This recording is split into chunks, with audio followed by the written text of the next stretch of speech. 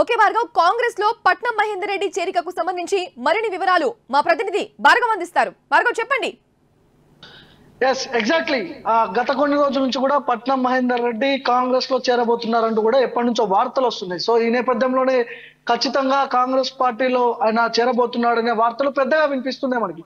So గతంలో నుంచి కూడా కేసీఆర్ హయాంలో రెండో టర్మ్ లో ఖచ్చితంగా పట్నం మహేందర్ రెడ్డి మాజీ మంత్రిని ఆయన కొద్ది కాలంగా ఆయన పక్కన పెట్టిన నేపథ్యం మనకు కనిపిస్తా ఉంది.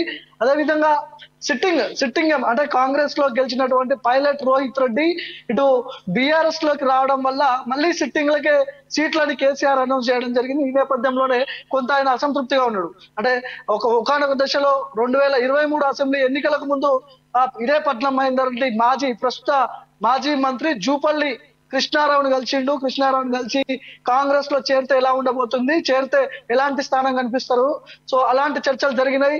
లోక్సభ ఎన్నికల్లో పెద్దపీట వేస్తారా లేకపోతే అసెంబ్లీ ఎన్నికల్లో పెద్దపీట వేస్తారు, దీని గురించి చర్చలు జరిపారు జూపల్లి కృష్ణారావుతో మాజీ మంత్రి మహేందర్ రెడ్డి. సో దీంతో అలర్ట్ అయిన బీఆర్ఎస్ అధినాయకత్వం, ముఖ్యంగా గులాబీ బాస్ అలర్ట్ అయిండు. మహేందర్ రెడ్డి బయటికి పోతే పార్టీకి చేవల్ల పార్లమెంట్ కావచ్చు ఆ ప్రాంతంలో పెద్ద ఎత్తున ఎఫెక్ట్ పడే ఛాన్స్ ఉంటది కాబట్టి సో ముందుగానే గ్రహించిన కేసీఆర్ పిలిపించుకున్నాడు, మహేందర్ రెడ్డితో మాట్లాడినాడు. ఖచ్చితంగా అసెంబ్లీ ఎన్నికల్లో చేవల్ల అసెంబ్లీ అభ్యర్థిగా నువ్వే ఉండబోతున్నావు అని కూడా కేసీఆర్ కూడా హామీ ఇచ్చినట్టు తెలుస్తా ఉంది. దాని తర్వాత కొన్ని అనూహ్య మార్పులు చేర్పులు జరిగినాయి. సిట్టింగ్ ఎమ్మెల్యే ఎవరైతే ఉన్నారో కాంగ్రెస్ లో గెలిచినటువంటి ఆ పైలట్ రోహిత్ రెడ్డిగా మళ్ళా సిట్టింగ్ సీటు ఆయన కేటాయించడం జరిగింది. దీంతో ఆయన పెద్ద ఎత్తున కూడా అసంతృప్తికి లోనైనట్టు కూడా తెలిసింది. దీని తర్వాత మహేందర్ రెడ్డిని పార్టీలోనే ఉంచాలి, పార్టీ నుంచి బయటికి పోతే పెద్ద ఎత్తున నష్టం జరుగుతుందని భావించిన కేసీఆర్ ప్రస్తుతం అంటే ముందుగా బయటికి పోకుండా ఎమ్మెల్సీ పదవికి ఇచ్చి ఆయన అక్కడికి బ్రేక్ చేసిన పరిస్థితి.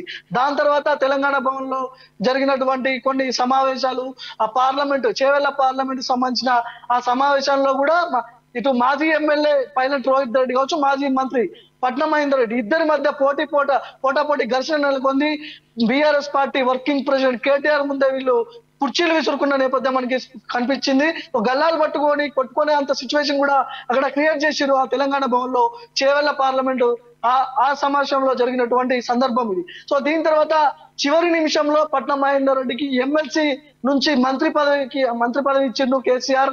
సో ఆ మంత్రి పదవికి కూడా 2 నుంచి 3 నెలల ముచ్చటగానే మారిపోయింది. దీంతో అసెంబ్లీ ఎన్నికల్లో బీఆర్ఎస్ అనుకున్న స్థాయిలో సీట్లు రావలేదు, అధికారంలోకి కాంగ్రెస్ పార్టీ వచ్చింది, మార్పులు చేర్పులు అన్ని జరిగినాయి. సో ఈ నేపథ్యంలోనే కేసీఆర్ ఏదైతే అనుకున్నాడో ఆ ప్లాన్ మొత్తం ఫెయిల్ అయింది. సో ప్రస్తుతం బీఆర్ఎస్ లో ఉన్నా కూడా ఎలాంటి అవకాశాలు ఉండవు కాబట్టి సో కాంగ్రెస్ పెద్దలతో ఖచ్చితంగా రేవంత్ ని కూడా మహేందర్ రెడ్డి అంటే ఎక్కడ కూడా ఎవరికి తెలియని సమాచారం కూడా మన దగ్గర ఉంది.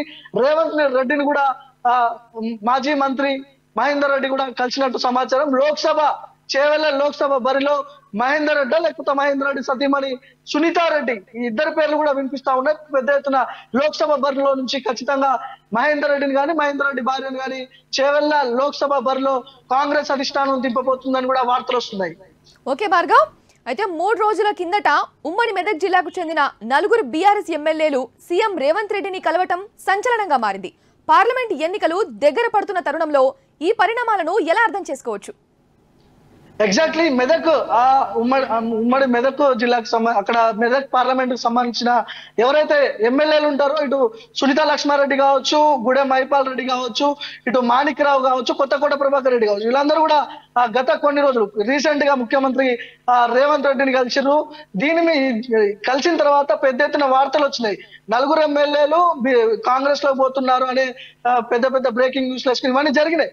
కానీ ఆ ఎమ్మెల్యేలు వాళ్ళు చెప్పిన సిచ్యువేషన్ ఏంటంటే ఆ నియోజకవర్గ అభివృద్ధి కోసం మేము ముఖ్యమంత్రిని కలిసినాం. ఇప్పుడు మొన్న రేవంత్ రెడ్డి మోడీని ఎలా కలిసిండు, సో రాష్ట్ర అభివృద్ధి కొరకు అట్లనే నియోజకవర్గాల అభివృద్ధి కొరకు ప్రోటోకాల్, సెక్యూరిటీ ఈ పరంగా అభివృద్ధి చర్చలు జరిగినాయి తప్ప కాంగ్రెస్ లోకి పోతున్నామని ఫేక్ వార్తలు రాస్తున్నారని కూడా ఈ 4 ఎమ్మెల్యేలు కూడా కొట్టిపడేసారు.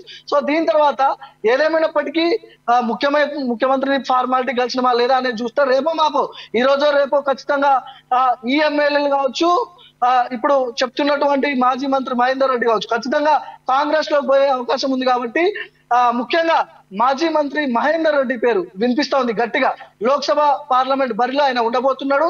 ఆయన కాకపోతే వాళ్ళ సతీమణి ఉండబోతుంది. ఇద్దరిట్లో ఎవరో ఒకళ్ళు లోక్సభ చేవెళ్ళ లోక్సభ నుంచి పోటీ చేయనున్నట్టు కూడా సమాచారం ఉంది. ఖచ్చితంగా అదే జరగబోతుంది.